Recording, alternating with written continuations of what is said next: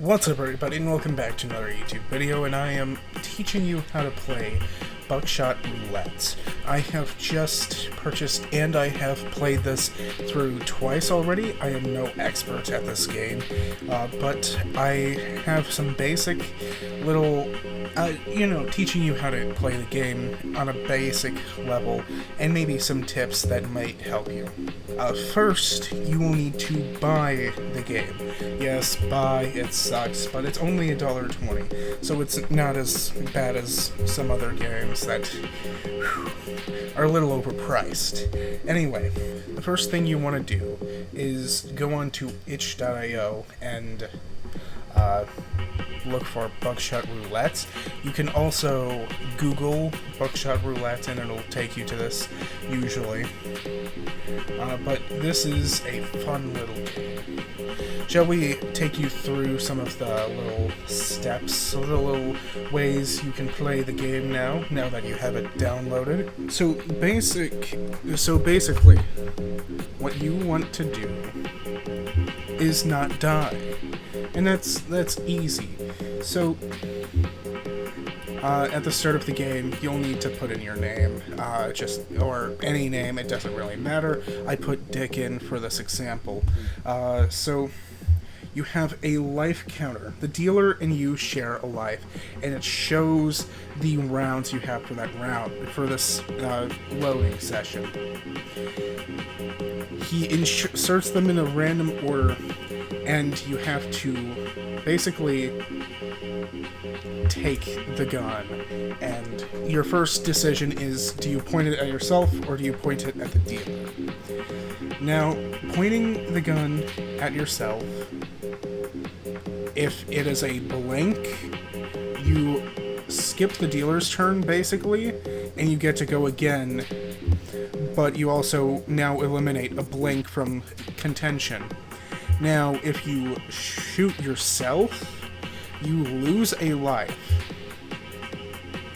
And when you lose a life, well, you get closer to death. And when you die, you have more chances, you just have to restart. For the first decision, you will want to click on the dealer, because sure, even if it is blank, the dealer has that 50-50 shot, and if the dealer's wrong, you just lose a life, compared to you're taking a 33% chance of getting your head blown off. Those aren't great odds. So, best bet to point it at the dealer and give it to him. Your goal is to whittle down the dealer's health. When you beat the dealer the first time, you are given items. Each of these items do separate things. Cigarettes heal you when you are hurt. Note that cigarettes will not heal you when in the third round when your wires have been cut. That is a mistake that I made because I did not realize that. We will get to that soon. Handcuffs give you 2 chances.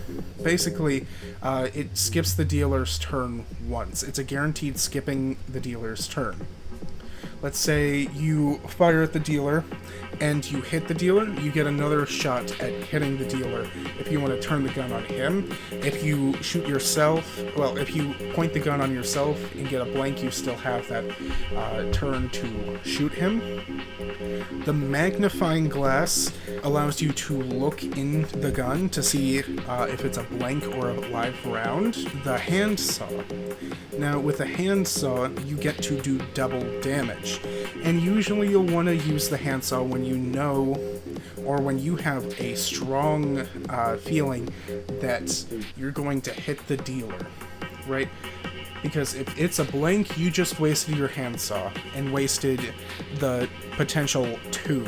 The next one is a beer can. It allows you to cycle through the gun once, and sometimes it is just like a Hail Mary. Let's see what we get out of the gun. If it's a blank, great. because now you have less odds of shooting. You have more odds of shooting the dealer. If it's a live round, you might. That just isn't the best. That throughout the game, you will want to keep track of your the bullets in the gun, because those shells are life and death, and the dealer can use these items and will get these items. The dealer is an AI that is not the smartest and will sometimes make the wrong decision. And when they make the wrong decision, it's great. If you can stall the dealer and do a good amount of damage before allowing the dealer to take their turn, they have less options, and then you can deal that like final blow at the end. And that leads to a very satisfying thing. But the dealer does get cigarettes from time to time, and they will use them. So be careful, and be smart in your item usage. If you make it to the third round, where all is on the line, the wording at the beginning of this round is very odd. It makes it seem like, and that it made it to me seem like it was going to be whoever kills, like, lands the first shot will win. I was wrong. No life support after you get down to 2.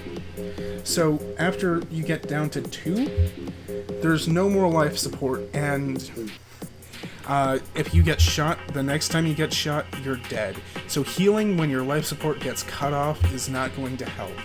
And if you see the bot, the AI, with a pack of cigarettes, and at 3, you want to take care of him and make sure that he cannot heal, because just try to knock him down to 2, so his life support is cut off and he cannot heal, because that will be very crucial to winning.